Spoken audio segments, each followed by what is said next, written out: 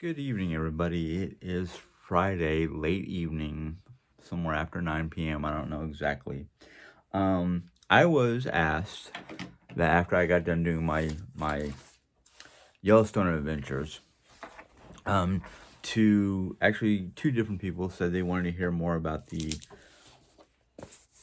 Viking myths. Now, a good bit of what's in here is history, and it's a mixture of history, myth, stories, legends, and a variety of information about the Vikings or Norse people. So, since my wife is currently on the phone with her sister, I figured I'd do something real quick.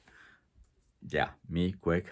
But before I do that, I will have to say today's been a very busy day, very busy, productive day. We got a lot of little things done. Well, one big thing and a couple little things done today, so that hopefully on Sunday we can start going through and do our New Year's resolution cleaning and changing of rooms. I want to start in the bedroom because I'm comfortable in here right now, even though one or two people have, basically bellyached about how my house, or because of some of the stuff in this room, my house looks like an episode of Hoarders.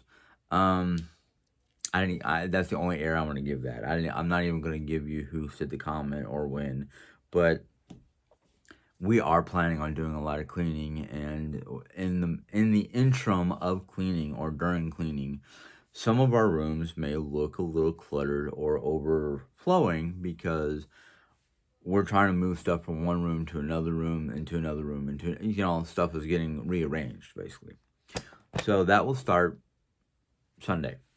But now that it's the end of the day, I'm trying to relax because I have to get up early in the morning to go to work at 9:30 in the morning time to run a catering order to its location at 10:30, which is half an hour before my store actually opens, which I'm not happy about, but somebody obviously doesn't know our unspoken rule of no catering orders to be delivered before 11 a.m. because that's when our store opens, and that's usually when on a Saturday and some Sundays we have at least 3 people in the store by 11, and it won't be too much of a hassle if one person has to leave and take a catering order while the other two are dealing with the store. But anyhow, that's just the way things have ended up being the last couple of catering orders, and yeah. Anyhow, I'm going to read the first part of chapter 1. Chapter 1 is basically, and I'll just open the book to that chapter so I can read it to you. Chapter 1 is basically who were the Vikings, and it breaks it up into, like the first one is who are the Vikings, the second one is Viking culture. This is part of chapter 1, and it talks about different historical finds and information that have been pulled out of the sagas. So this first part that I'm going to read is basically who were the Vikings. So I'm just going to read my notes. Many accounts would call them heathens, raiders, murderers, barbarians. They were settlers, farmers, and skilled in many trade skills such as woodcrafting, metal crafting, boat building, and basic farming. Just to name a couple of their trade skills. They made settlements in northern Britain. Their territory was known as the Danelaw, and this was like northern Britain, so that would have been like Hadrian's Wall into Scotland and into various parts of northern England. Some Vikings attacked areas along the. It's been found out that some Vikings attacked areas along the French coast in 845 AD. A Viking fleet was known to sail up the, I cannot pronounce this word, Seine River, Seine, and attacked Paris. I mean, literally went and raided Paris. some raids as far east as Baghdad and Constant. I cannot say it. Constantinople. Yeah.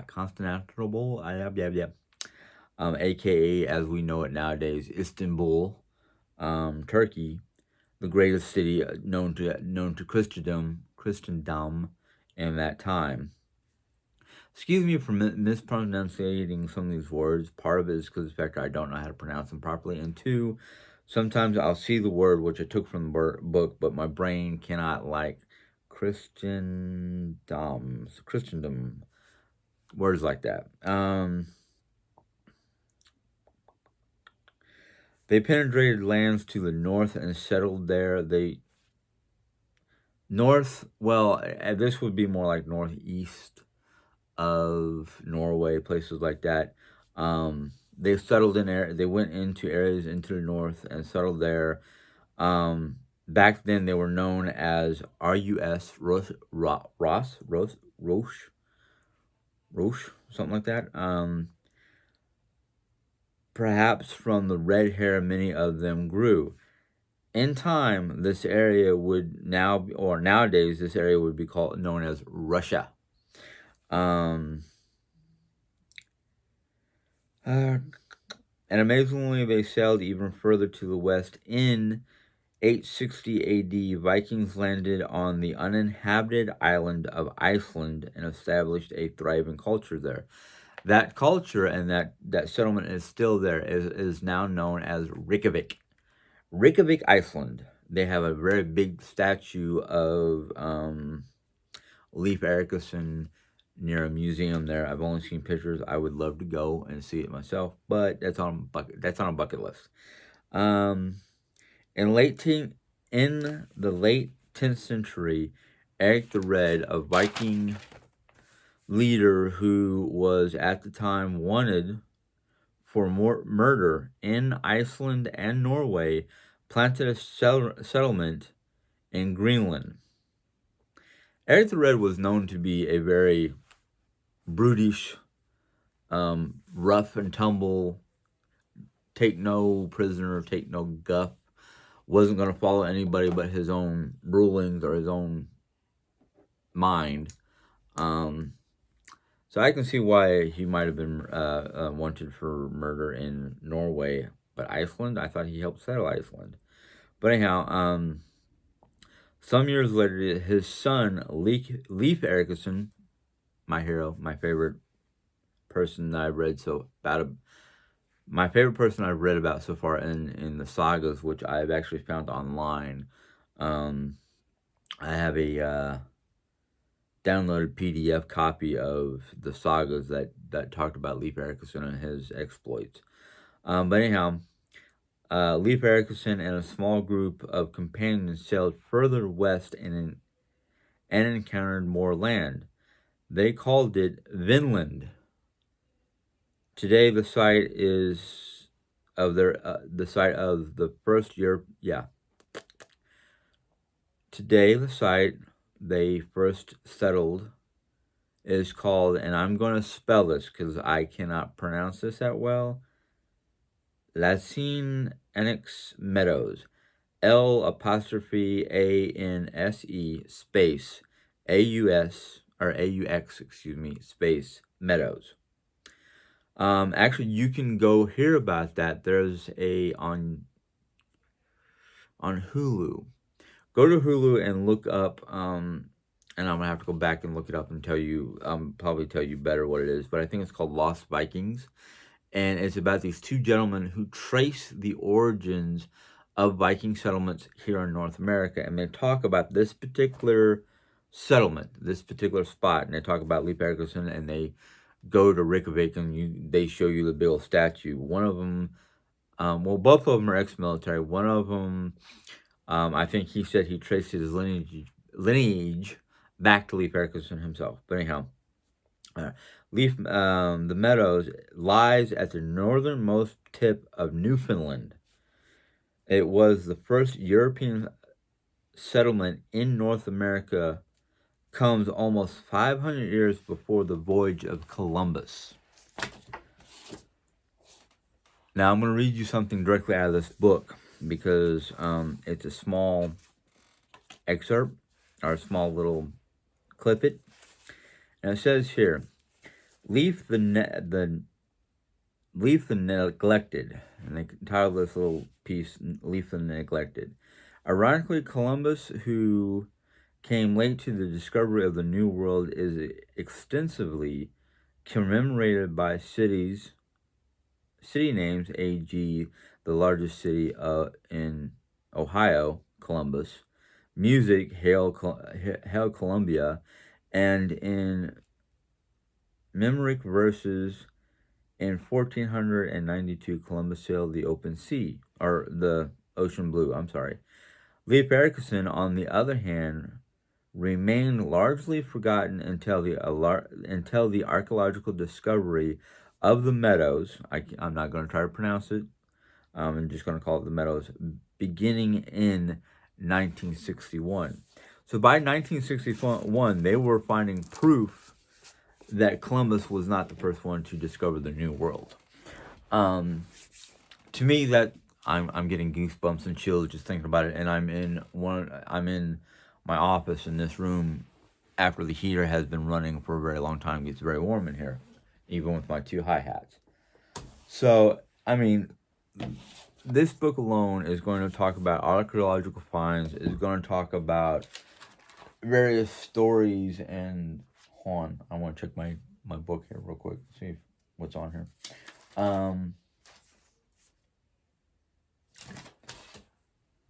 The book, what I'm going to be reading from that book is going to talk about archaeological information, historical information, information they found from the various sagas written about the Norse and Viking people,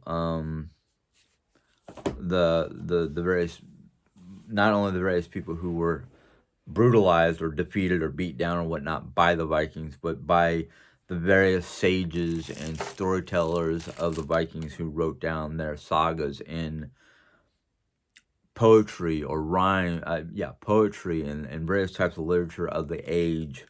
And not only am I happy you guys, or at least two of you that I can think of, wanted me to go through this. Those of you who've been around my channel since the beginning or shortly thereof know that I enjoy reading. I enjoy doing a lot of research, and unfortunately, I don't have all the books I want. There's I do believe on Amazon.com I have an open to the public wish list, and there are books on there called sagas. The EDDA sagas, and they're the various sagas about the various figureheads throughout the Norse Viking era. And I'd love to get my hands on them, but right now I'm a little I don't want to say broke, but I'm a little shy on money because most of my money right now is going to pay my bills and get everything back to stable ground before I start spending money on books and whatnot, because I've got plenty of books to read right now. I would love to get more, but right now I want to deal with what I have. But well, this has only been 13 minutes so far, so let me go on to just read out of the book the next section, which is kind of a small section. It's called Viking Culture. So I'm just going to read it straight from the book. Although we often associate the Vikings with death and destruction, and they certainly they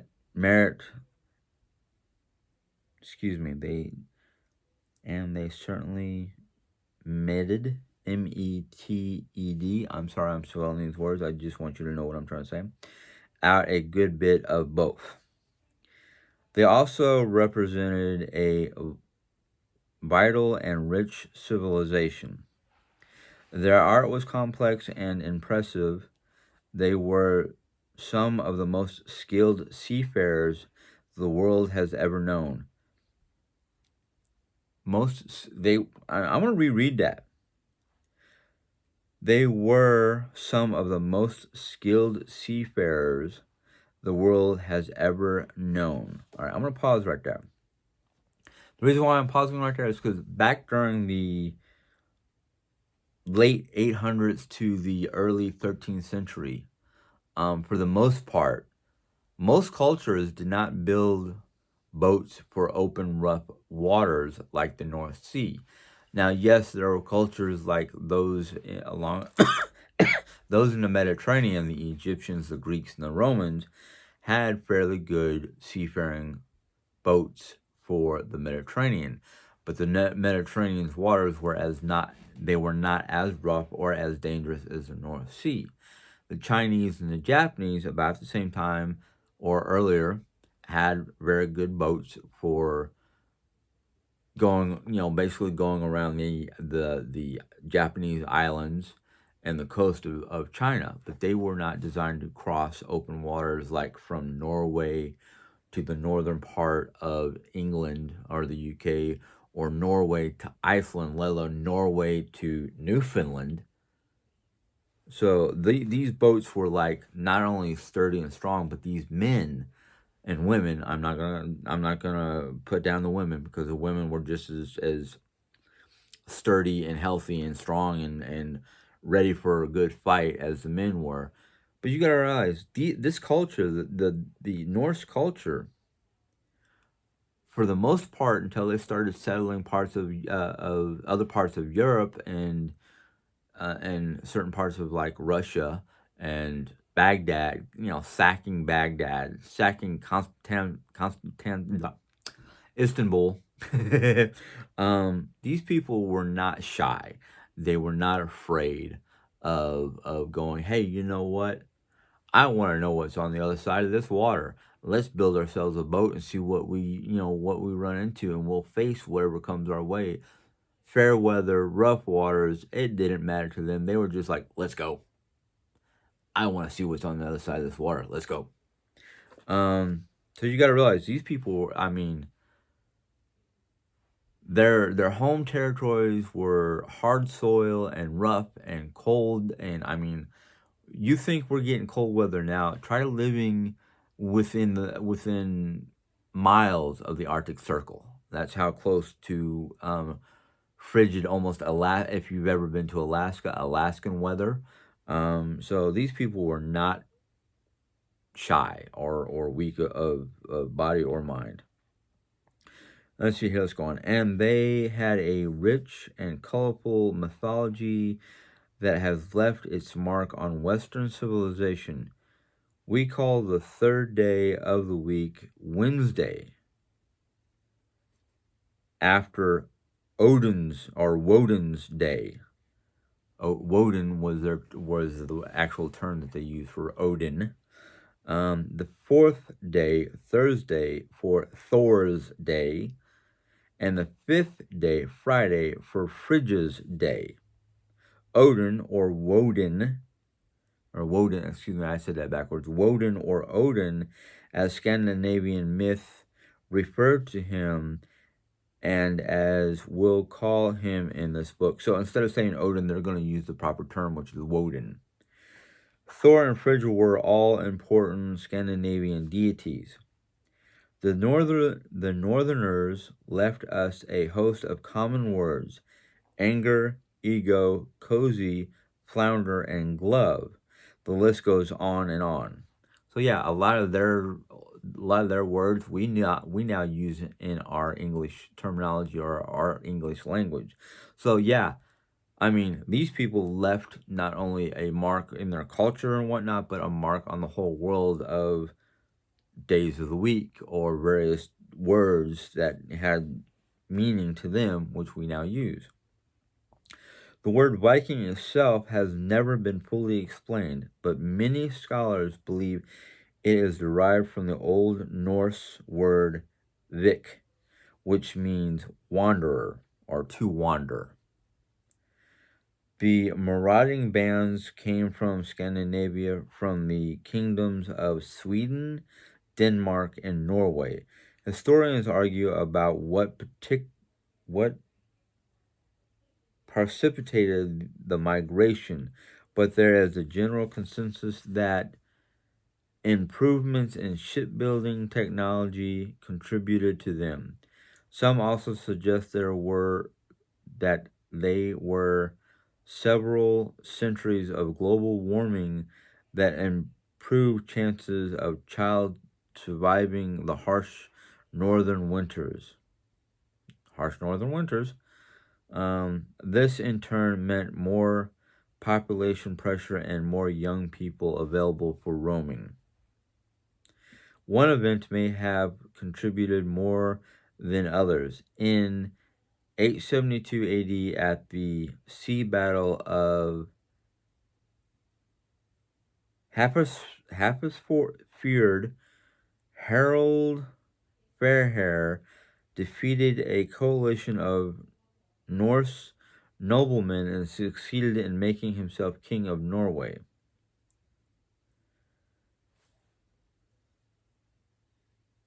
I'm gonna pause there for a second. Anybody who's ever watched the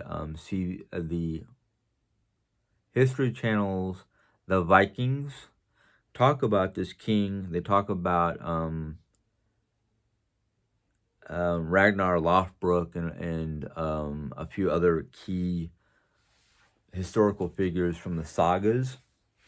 Um, Granted, if you're not into watching a movie where they show a lot of blood and guts and adult content, it might not be for you.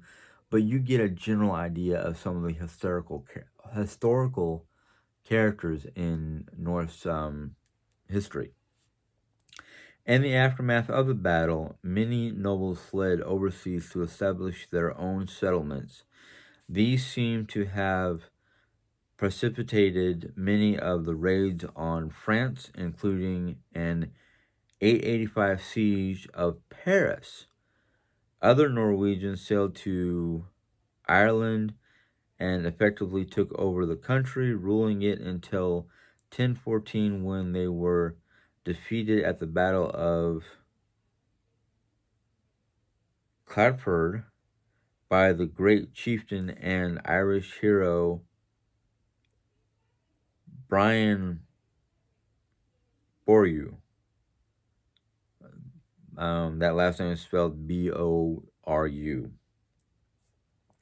Perhaps the best reason for the Viking explosion was the most straightforward: shipbuilding. In 1903, a Viking ship known as the Oseberg ship, it is a historical thing and it's actually in a museum in Iceland, I do believe, was discovered by Selgen in Norway. The ship was remarkably well preserved and, together with other discoveries made during the previous half century, gives us a very clear idea of the nature and capabilities of Viking shipbuilding. I could go on. Let's see how long this one is. This one's a little long. So I'm going to go ahead and stop there. The next part I'm going to read is literally about the Oseberg ship. Now, I'm going to give you a brief of what I've heard about this. The Oseberg ship was one of the largest discovered fully intact Norse boats. And I'm not going to, actually, boat would be sad. It would be ship. You think of ships nowadays as these gigantic, huge boats that can carry large cargo and whatnot across the ocean. Well, that's basically what, we don't know exactly what the Oseberg ship was built for, but with the discovery of the various different artifacts and items on board the ship, we're not fully, I'm not, let's just put it this way, I'm not fully sure what it was designed for, because in the cargo sections, they found treasures, gold, silver, jewels, caskets, these big old boxes of just coins and jewels. But they also found a couple bodies. And the way the bodies were laid out and whatnot, they think, and I think, and I'll find out even more when I read the next section, the Oseberg ship section, that and they believe it was 3 women. They believe that one of the women, because of her garb, what they could tell from the garb and whatnot, the dress and whatnot, and her jewelry and whatnot, that she had to be some noblewoman, somebody of importance, and the other two women were handmaidens or servants. Um, Actually, you know what? I don't care how long this is. I'm sorry. I'm glad today is I have my day off, but I have to go to bed at a roughly decent hour. But anyhow, the Oseberg ship. The most remarkable thing about the Oseberg ship is that it exists at all. That it exists at all, like it's still intact. Most Viking ships or other early medieval ships were made of wood and have rotten away, leaving only their impressions in the dirt. But the Oseberg ship was more or less intact. Archaeologists treated it with various solutions and allowed it to dry out before moving it to a museum in the center of Oslo, which is actually Norway, not Iceland. I'm sorry. Um, where it remains today, like what they found, however they found it, remains intact in a sealed glass box. That's how they preserve a lot of old stuff. They just seal it in a box and don't touch it. The ship dated from about 820. Its hull, now this is going to be in meters, so don't ask me to translate because I don't know meters that well. Its hull is 22 meters long and about 5 meters across at the mid beam, which is the middle of the boat. Viking ships were powered by oars, probably 8 on each side, although the Oseberg ship has spaces for 15 oarsmen. 15 oarsmen. Now, I don't know if that's 15 per side or what. But anyhow, 15 oarsmen. That was atypical as well as by sails. The prow, or the front, raised to a beautiful curved spiral. Maybe the prow is the back. I don't know. Raises to a beautiful curving spiral, whose lines move downward to join the ship's keel. Viking boats had extremely shallow bottoms, basically, something that enabled their sailors to travel easily in rivers as well as the ocean. That's how the Vikings went from the coastline of France to interior France, where the river passed by Paris. A mast rose from the middle of the boat to which was affixed a square sail. The boat was steered by a tiller at the rear. Basically, a tiller is, let's say this is your steering mechanism. There's another part that attached to that was up here for a man or two men to push, pull, whatever they had to do to make the boat move. Archaeologists have speculated that since the size of the Oseberg ship are low and its keel is thin, it might well have been a ceremonial vessel. Most boats, when they use them for ceremonials, were ceremonial burials. Basically, what they do is they put the deceased person on the boat with their house good, basically everything they owned and riches and whatnot for their life in Asgard. That confirmed its travels to the fjords. But the striking thing about all Viking ships is how easily maneuverable they were. Still, traveling in them cannot have been entirely pleasant, with blowing foam, biting winds, and little or nothing in the way of shelter. The Vikings relied on the stars for navigation. They were using stars to navigate before they had sextants or any other form of instrumentation to travel with. They used a tiller or rudder that they had to maneuver by hand, and oarsmen to power the boat if they did not have the sails upright. These men had to deal with cold temperatures, biting winds, water, wetness. It had to be a miserable life on the open waters in these boats. Yet these men were able to use these boats, withstand the elements, and travel as far west of their homelands as Newfoundland and as far east as Baghdad and Istanbul. They went from harsh winter weather to harsh desert temperatures, and they survived and thrived. And I mean, come on.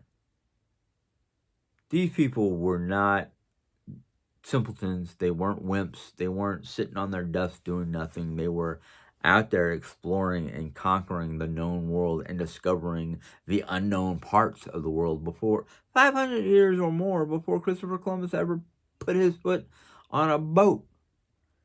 And yet we don't have any holidays recognizing them here in the States. We don't recognize Leif Erikson for what he did. But we sure have plenty of things to recognize Christopher Columbus. Anyhow, before I go into a rant, like many Viking ships so far discovered, the Oseberg ship was used as a burial vessel. Burial vessel. The bodies, okay, this is going to correct me, but it's also going to, it's going to correct me in some things, but it's also going to prove that I know what I'm talking about. The bodies of two, not three, sorry, two women were contained in it. Contained into it. Now, they could have been wrapped up in burial garbs and then had something put on top of them to protect the bodies, so their bodies can be whatever. Probably of significant rank. So basically, these two women had to be important to be entombed on a ship. Given the size of the ship, scholars have connected this burial to a Viking culture of fertility. Wait, what? Fertility. Okay, fertility that centered on the goddess, not Freya, Frigga. Frigga was a different goddess, but she was important to the Norse people. Goddess Frigga, daughter of the god Injord. I'm probably pronouncing that right or wrong. So if anybody who speaks the language or can speak the language, you can put in a comment how to pronounce that. But it's the spelling is Njord. Now I read about him in one of my other books, but anyhow, the Roman historian Tycerus makes reference to a German goddess. I cannot pronounce this word. Nerthus, who seems to have been the equivalent of Njord, and whose culture was centered on a sacred grove on an island somewhere in the Baltic Sea. The image of the goddess was kept covered in a wooden wagon, historian Tony Allen writes, and this is something from a historian. When the presiding priest senses that the goddess herself was present, the wagon would be hitched to oxen and led out through the surrounding countryside. Warriors would lay down their weapons as she passed, for she was an earth mother, a goddess of peace. Yet she also inspired fear, for when the wagon returned to the sacred grove, the slaves who ritually cleansed it were drowned as sacrifices to the goddess in the lake where they carried out the task. I've heard many different stories of various slaves or servants who worked in the various temples or whatever towards some of the different Norse deities would either sacrifice themselves to the deity once the task is done, or ritual sacrifice of one form or another.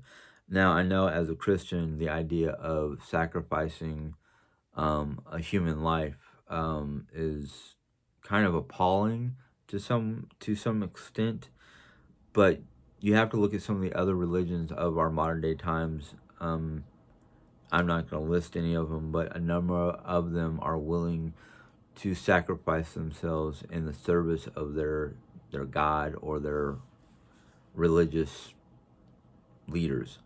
It is sad to know that some people are willing to do that, but you got to realize this is a culture back in the day before Christianity came to them that believed that sacrifices of one form or another, whether they were human sacrifices or animal sacrifices, were made quite often um, towards their different deities.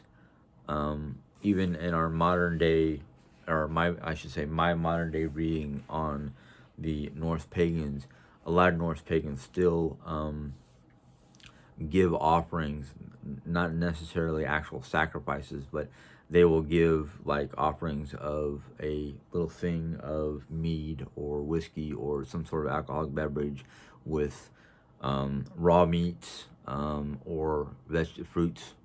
Um, we don't. I shouldn't say we, because I'm not exactly a Norse pagan. I'm a study. I study the different religions, but I don't follow them. A lot of the people I talk to who are Norse pagans, um, they don't follow the old school human sacrifice. They will, like I said, give offerings of choice chunks of fatty meat and with mead or liquor of one form or another, and burning candles and incense and that kind of stuff. But the idealism or the ideas of the old school ways of human sacrifice have gone bye bye. They're no longer part of modern day practices. But anyhow, the Oseberg ship site included a wagon with a hitch suitable for oxen, so it seems clear that the dramatic fertility cult continued into the Viking Age. We know that the Scandinavians practiced human sacrifices until comparatively late. In 921, an Arab traveler. I'm gonna say something about this guy here in a second. Ibn Fidladen witnessed the burial of a Viking chieftain. As part of the burial ritual, a slave girl was strangled after being raised 3 times, standing on a wooden frame. I'm gonna stop there for a second, and I'll read this next part. If you've ever watched 13th Warrior, Ibn Laden was talked about in that movie. That movie is based based on this information, or based on this story. Um, Anyhow, it goes down here to say this, and this must be like something that Ibn must have written. The first time they raised her, she said, "Behold, I see my father and my mother." The second time, she said, "I see all my dead relatives seated." The third time, she said, "I see my master seated in paradise, and paradise is beautiful and green. With him are men and boy servants. He called me, take me to him." So yeah, some of the rituals of old, some of the practices of old may seem strange and barbaric or heathenistic to a lot of us, but unless you sit down and learn about the culture and the ways of life and how things have changed over the centuries, you will get a bigger, better picture instead of the narrow picture that most Christians, and I hate calling them out, but most Christians want to wear blinders and say, "Oh, they sacrifice people to their deities. That's so wrong." Yet our Christian forefathers, the Jewish people, they still, well, they don't do it like they used to, but they still practice the idea of of um, ritual sacrifices of lambs and goats and chickens and sheep and various different livestock. Granted, Christian forefathers never practiced human sacrifices, but the thing is, a sacrifice, no matter what it is, human or otherwise, is still a sacrifice to a um a deity.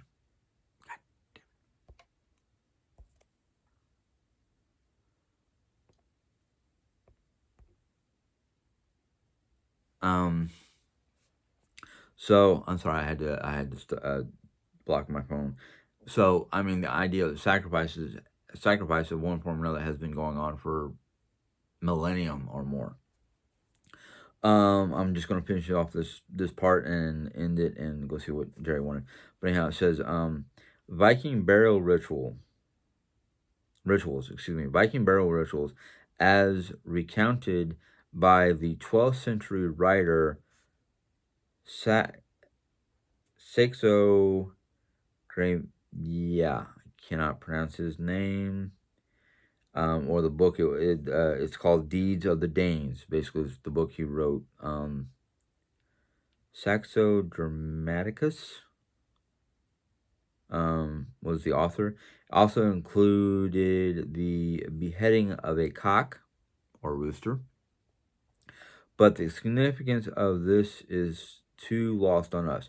One of the unfortunate circumstances from a historian's point of view is that with the coming of Christianity to the Scandinavian country, most remnants of Viking religions religious practices were wiped out.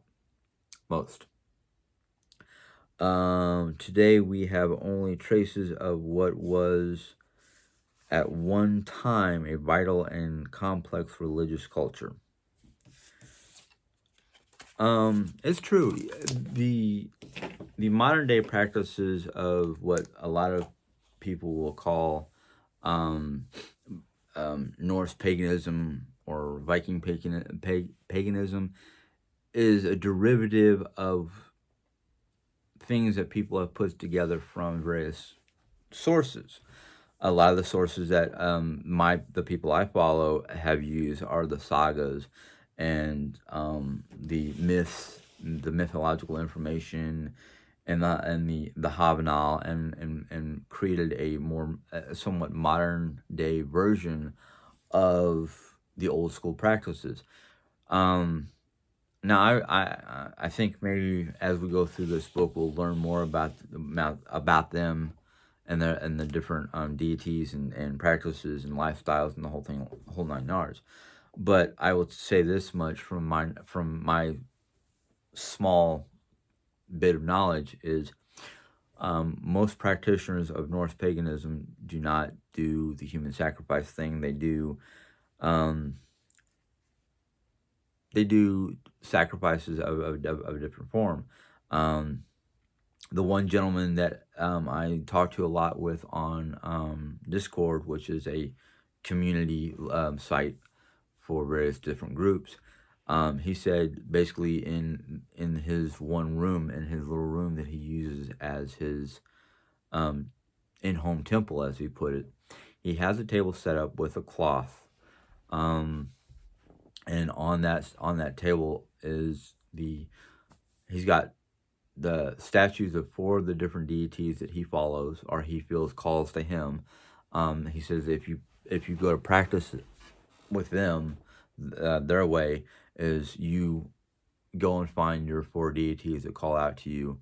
You get little statuettes of them, put them on your altar, and then on your altar you'll have a plate, a cup, candles, and incense. And the cup is for the liquid or the wine mead offering, and the plate is for your various fruits, raw meats. Like he does, because he's close to ocean. He does like fresh fish, fresh catch of the day, um, grapes, apples, and mead. Um, I'm not gonna go that far. I'm just reading it so I have a historical knowledge of who they were and their religious practices and whatnot. I'm not gonna be like, oh yeah, I'm gonna clear a corner of this big table of mine and start setting up. No, I'm not gonna do that. Um, that in fact, the idea of raw meat or raw fish sitting out in the open, especially when it gets warm in here, fermenting, the smell alone would probably cause me some issues.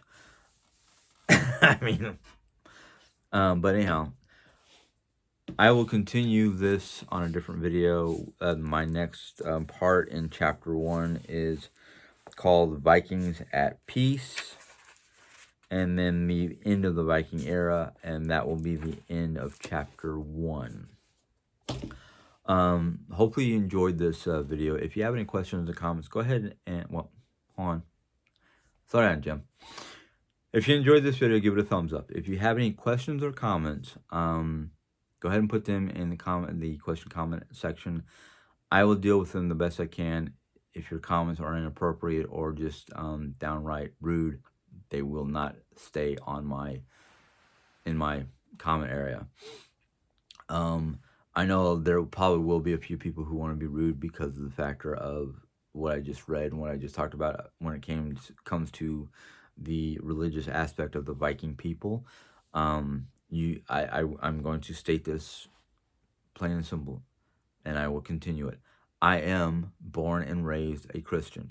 I will not deviate from my Christianity or my faith, but I know this one factor from various professors at Oseberg Christian College that I dealt with when I was there for 1 year.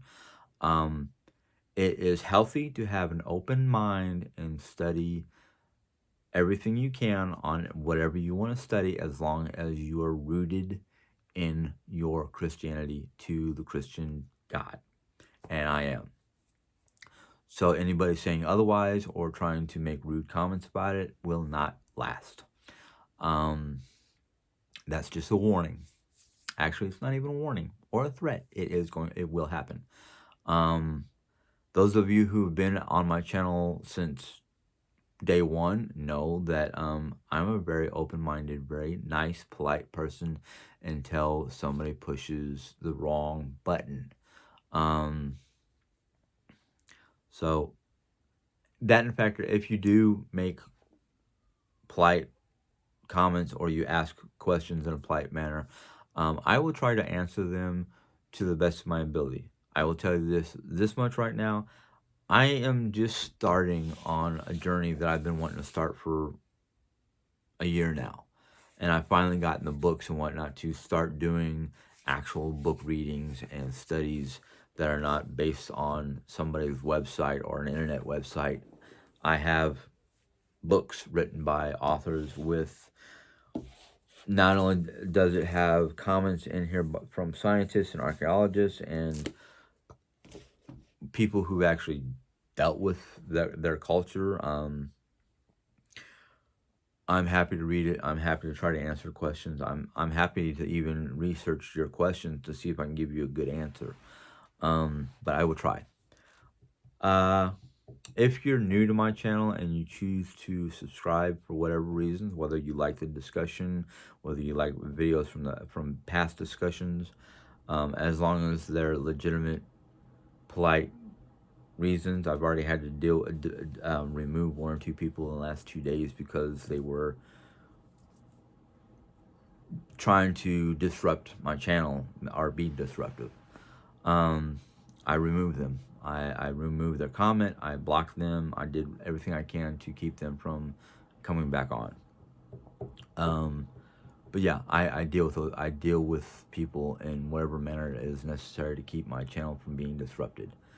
But yeah, if you choose to join because you want to hear more my opinions or my feelings about the materials in this book, in fact, if you want to go get it, there's the title, there's the author. You can go get it yourself or rent it or borrow it from your library or whatnot and read it for yourself. And or if you buy it, because I don't know how long it's going to take me to go through this, it might take longer than 2 weeks. And I know most libraries only allow you to borrow the book for 2 weeks. But I am going to go through this book bit by bit and have my comments or opinions about certain sections. Otherwise, I'm just going to read it. And if you have questions on something I read, you want to hear my personal opinion about that section, you can ask for it, and I will either do a video, because like I did this morning, and I have to, Friday morning, I have to post it. This video probably will get posted either Saturday night or Sunday. But I do every so often take a bunch of questions, write it down, and do a Q&A. The last Q&A was on Yellowstone, and I did it. I showed a souvenir mug that I still had and talked about some other stuff I don't have no more. Don't have because of either Hurricane Sandy or the blanket that I bought is hanging up as a wall hanging in Jerry's craft room. So, yeah. Once you hit subscribe, there should be a bell pops up. You hit that bell, and YouTube will let you know when I put in my next video. So now, until next time, God bless. Have a good day. Enjoy. Bye.